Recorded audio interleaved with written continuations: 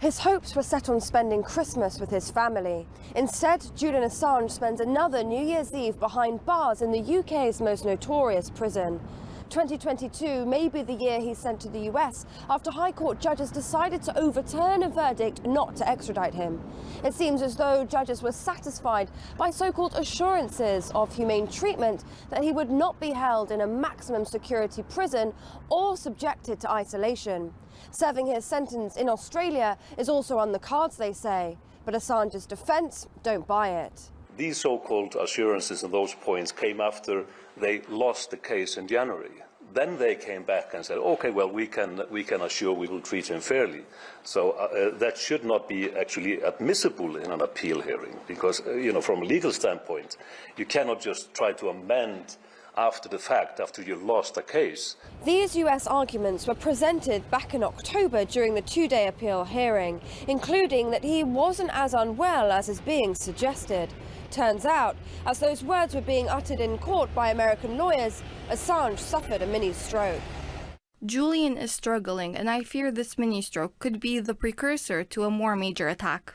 It compounds our fears about his ability to survive the longer this long legal battle goes on.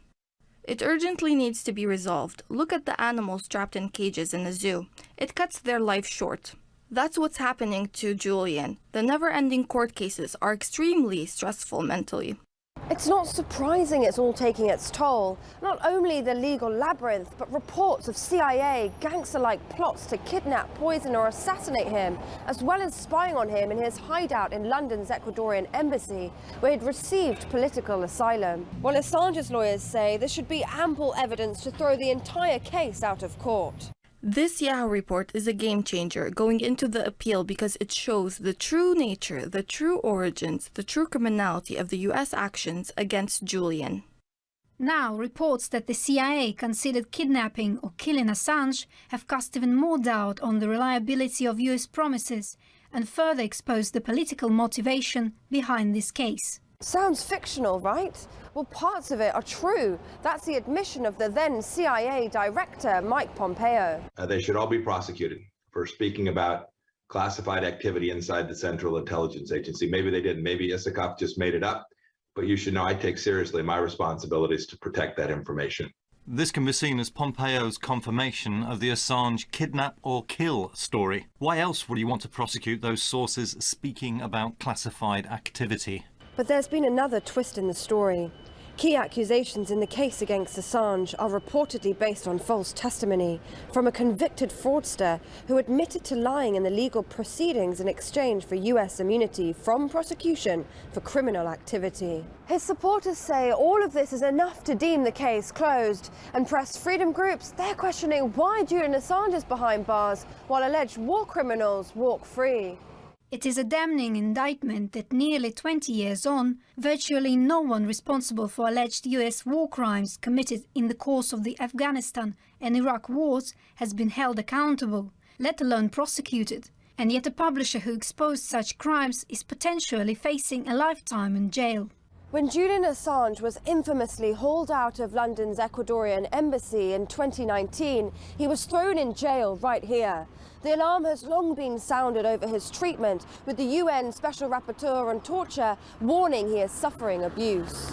Well, if he should die in prison, he has effectively been tortured to death.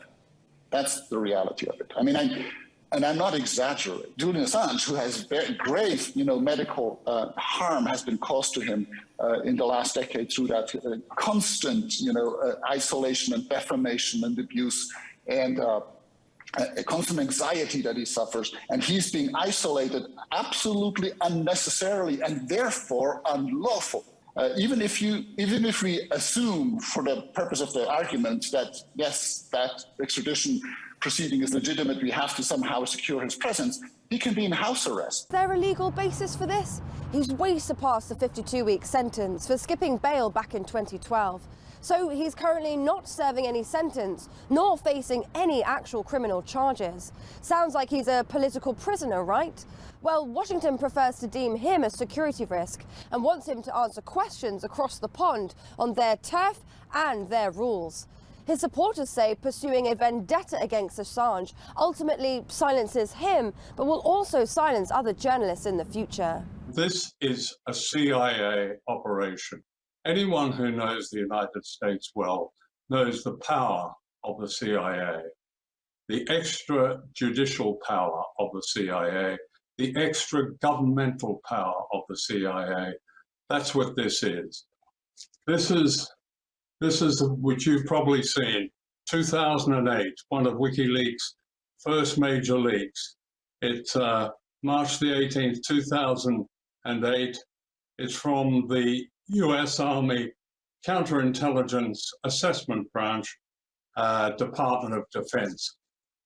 You read through this document, it lays out everything that happened from 2010, that we will get Assange by smearing him, by discrediting him, by destroying trust in WikiLeaks, and that from here on, investigative journalism of this kind, in other words, serious investigative journalism, is our enemy. Julian Assange, in a different country, in a different place, would be seen as a hero.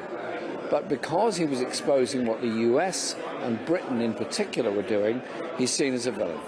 He, to me, is somebody that, when the history books are written of the 21st century, Julian Assange's name will be right up there as somebody that told the truth. As 2021 comes to an end, Julian Assange is closer than ever to extradition, with courts siding with the US government. So what will 2022 bring?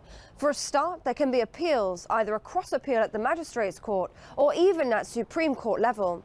This could even reach the European Court of Human Rights. At this point, though, the Home Secretary may say enough's enough and intervene herself. Of course, Julian Assange faces 175 years behind US bars. But would that trial be fair, considering how fair this process has been in the UK? Shadi Edwards-Dashti, RT, London.